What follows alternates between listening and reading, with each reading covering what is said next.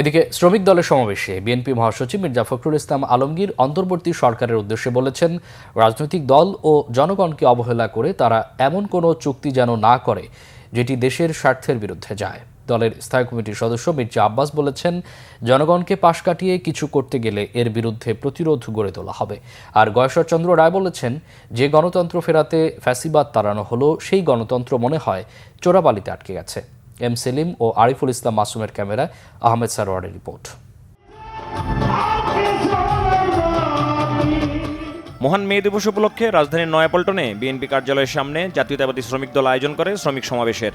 বেলা ২টার কিছু পরে সমাবেশে আনুষ্ঠানিকতা শুরু হলেও এর আগেই লোকে লোকারণ্য হয়ে যায় সমাবেশস্থল।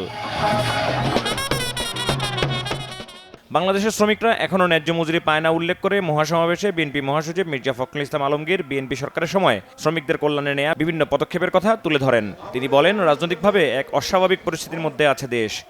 আমরা দাবি করছি অবিলম্বে সমস্ত সংস্কার যেগুলো একমত হয়েছে দলগুলো, সেই সংস্কারগুলোকে আপনারা ইমপ্লিমেন্ট করেন, সেগুলোকে কাজে কাজ করেন, সংস্কারগুলো নিয়ে আসেন এবং দ্রুত নির্বাচনের ব্যবস্থা করেন।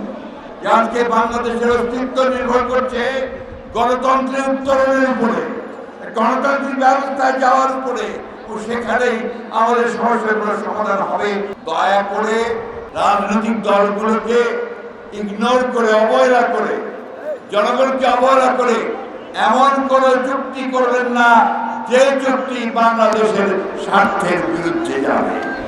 সমাবেশে বিএনপি নেতারা বলেন, শ্রমিকদের জন্য অনেক কিছু আছে, কিন্তু আইনে থাকলেই হয় না, এসব সুবিধা লড়াই করে আদায় করতে হয়। নেতারা বলেন, মে দিবস হচ্ছে লড়াই করে বিজয়ী হওয়ার দিন, ঐক্যবদ্ধ হওয়ার দিন। দেশের জনগণকে পাশ কাটিয়ে, রাজনৈতিক দলগুলোকে পাশ কাটিয়ে কেউ যদি কোনো কিছু করতে চান, তার বিরুদ্ধে প্রতিরোধ হবে, এটা আপনারা মাথায় রাখবেন। আর আমি আশ্চর্য হয়ে যাই, কিছু কিছু ছেলে পেলে বলে 17 বছর আপনারা কি করেছেন। আরে 17 বছর আপনার গাছের গোড়ায় পানি ঢেলে গাছের গোড়া নরম করেছি, সেই গাছের আগায় বসে আপনারা ফল খেয়েছেন। ফ্যাসিস্টদের বিরুদ্ধে কথা বলতে বলতে নিজেরাই ফ্যাসিস্ট হয়ে যাচ্ছে কিনা একটু খেয়াল রাখা দরকার। এক একজন এক এক কথা বলছে, কেউ কারো কথা মানছে না। এই অনৈক্য দেশটাকে শেষ করে দেবে। আজকে বাংলাদেশ ফ্যাসিবাদ মুক্ত।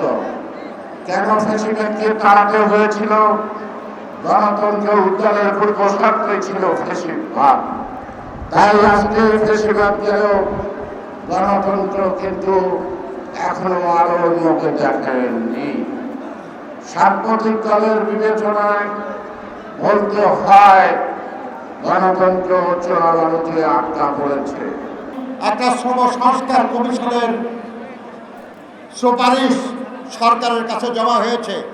আমরা আজকের এই সভা থেকে আমরা দাবি করব যে শ্রম সংস্কার কমিশন থেকে যে প্রস্তাবগুলি দেওয়া হয়েছে তা আগামী মে দিবসের আগেই আইন করে বাংলাদেশে বাস্তবায়িত করতে হবে। সমাবেশে বিএনপি নেতারা বলেন, সরকারের এমন কোনো পদক্ষেপ নেওয়া ঠিক হবে না যা তাদের নিরপেক্ষতা নষ্ট করে।